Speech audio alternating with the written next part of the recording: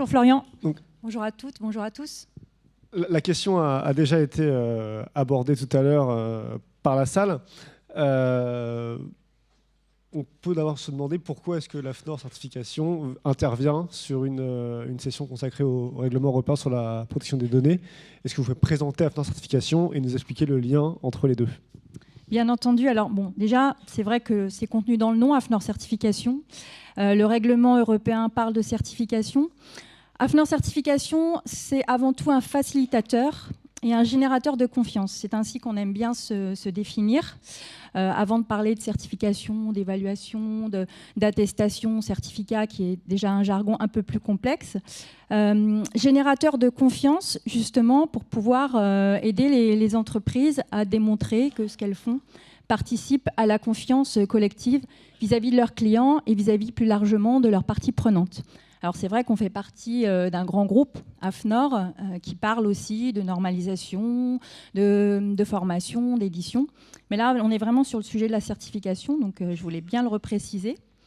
D'autre part, il y a quelques années, on a choisi de se positionner en tant qu'acteur de la confiance numérique. Ça nous paraissait important. Toutes les entreprises étant dans leur transition, dans leur transformation, le numérique prenant de plus en plus de place dans la vie des entreprises, des citoyens et des marchés. Il y avait des normes aussi qui le permettaient sur la cybersécurité notamment. Donc on s'est dit, il faut qu'en tant qu'acteur de confiance, on soit acteur de confiance sur ce sujet important. Pour répondre donc à votre... peut-être à la suite, dans la foulée. L'idée, c'est vous allez présenter un référentiel sur ce RGDP, mais qu'est-ce que vous allez certifier réellement ? Alors, donc déjà, pour compléter, c'est vrai qu'il y a plusieurs choses qui nous ont motivés à nous positionner. Donc, parce qu'en effet, on est sur la sécurité des données déjà, avec l'ISO 27001, ça a été évoqué, il y a des normes. On est aussi positionné sur la gestion du risque. La gestion du risque aujourd'hui pour les entreprises, c'est le risque réglementaire, mais pas uniquement. C'est aussi le risque éthique. Philippe Lemoine a évoqué la responsabilité des entreprises. Dans mon titre, j'ai une double casquette. Je m'occupe à la fois des sujets qui portent sur le numérique et sur la RSE. C'est merveilleux parce qu'avec ce sujet, je peux enfin mettre les deux casquettes en même temps. On est bien sur la responsabilité des entreprises, donc la notion éthique. Et puis la notion d'image. C'est quand même aussi celle-là qui guide les entreprises. On sait que si elle est en défaut sur ces sujets, c'est son image qui est en première ligne finalement et donc qui peut conditionner aussi sa survie. Donc ça nous paraissait vraiment un sujet fondamental pour toutes les entreprises, toutes les organisations. C'est vrai qu'on parle beaucoup d'entreprises, mais au sens plus large, toutes les organisations de toute taille. Et principalement, en effet, les sous-traitants qui sont amenés à gérer, à stocker, à transférer des données.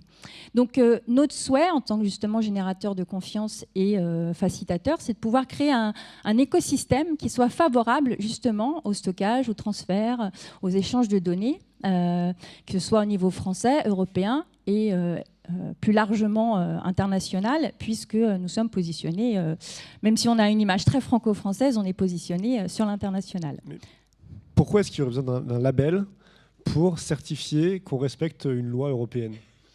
Alors, la certification, le label, c'est un outil parmi d'autres.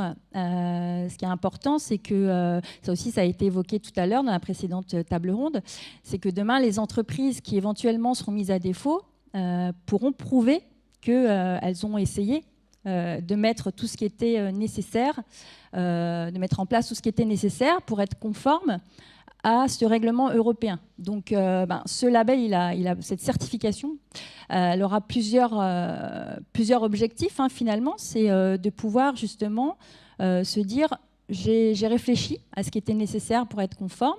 J'ai écrit. On est sur une certification, donc la certification, nous, on a repris notre métier de base, écrire ce que je dois faire, vérifier que j'ai fait ce que j'ai écrit, et puis vérifier que ce que j'ai écrit était bien ce qu'il fallait faire.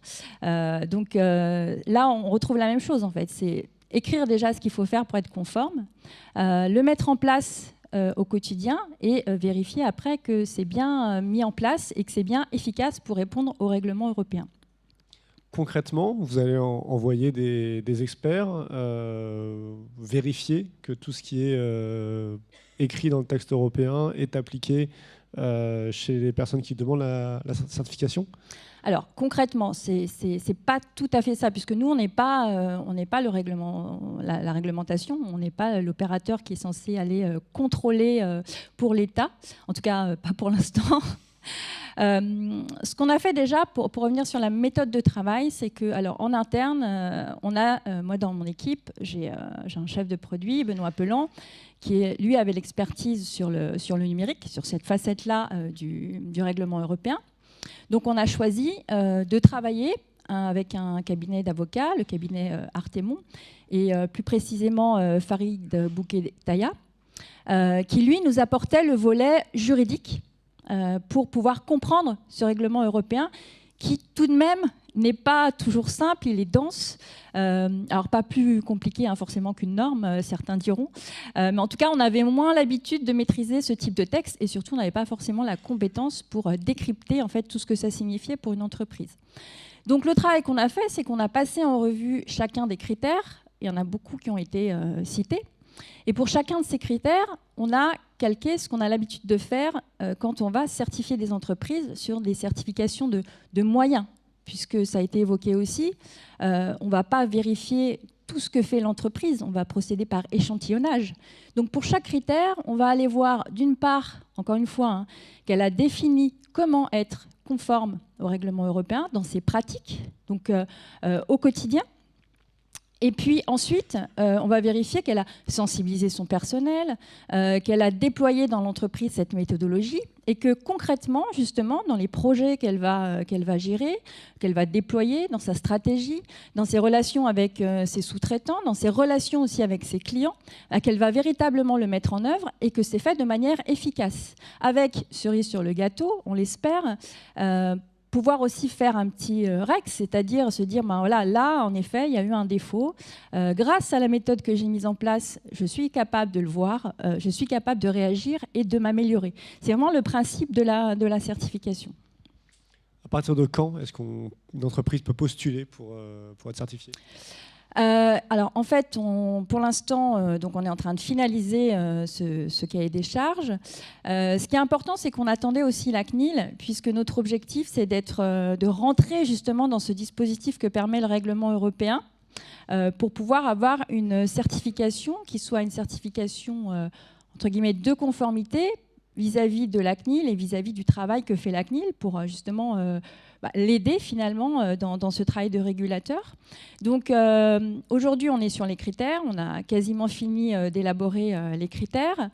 Ce qu'on souhaite faire, parce que finalement, on n'est pas tout sachant, bien qu'on soit AFNOR ou autre, c'est pouvoir tester ce que l'on a écrit auprès d'entreprises.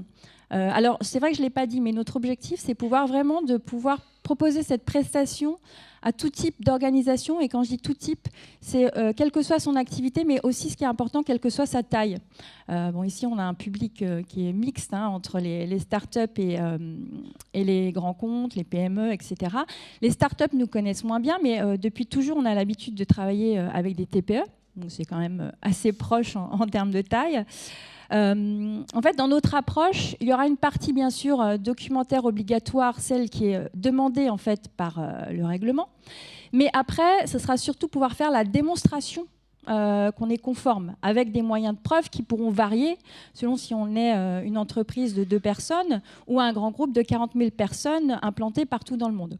Donc, dans notre approche, on veut aussi pouvoir conserver cette approche, je dirais, agile pour pouvoir évaluer toutes les organisations qui sont aujourd'hui obligées finalement de se mettre au règlement.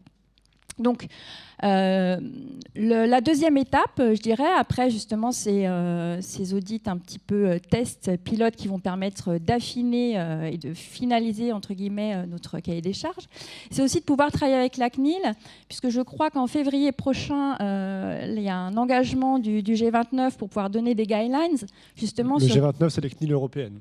Oui. Pour savoir justement qu'est-ce que sera cette certification de l'article 42 du règlement européen.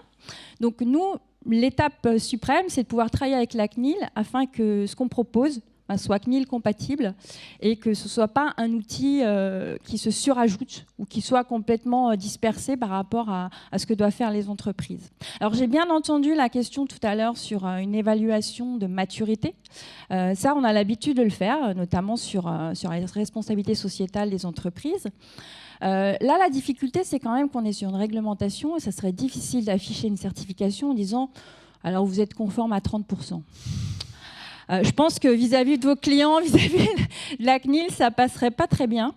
Par contre, ça ne nous empêche pas, nous, de réfléchir à d'autres outils. Aujourd'hui, on propose des questionnaires, par exemple, pour interroger... Alors, on propose de façon générale, le questionnaire pour un règlement européen n'existe pas encore, mais de façon générale, on propose des questionnaires justement pour interroger ces fournisseurs, pour faciliter le travail des entreprises, pour savoir justement où en sont les fournisseurs sur telle ou telle thématique. On proposera sans doute aussi des outils qui permettront de mesurer la maturité, mais il n'y aura pas forcément de signe de reconnaissance, puisque derrière, ce serait un petit peu mentir que de dire qu'on voilà, est en partie conforme, en partie pas. C'est toujours en plus très subjectif après en termes d'interprétation. La réponse est claire. Merci beaucoup. Merci.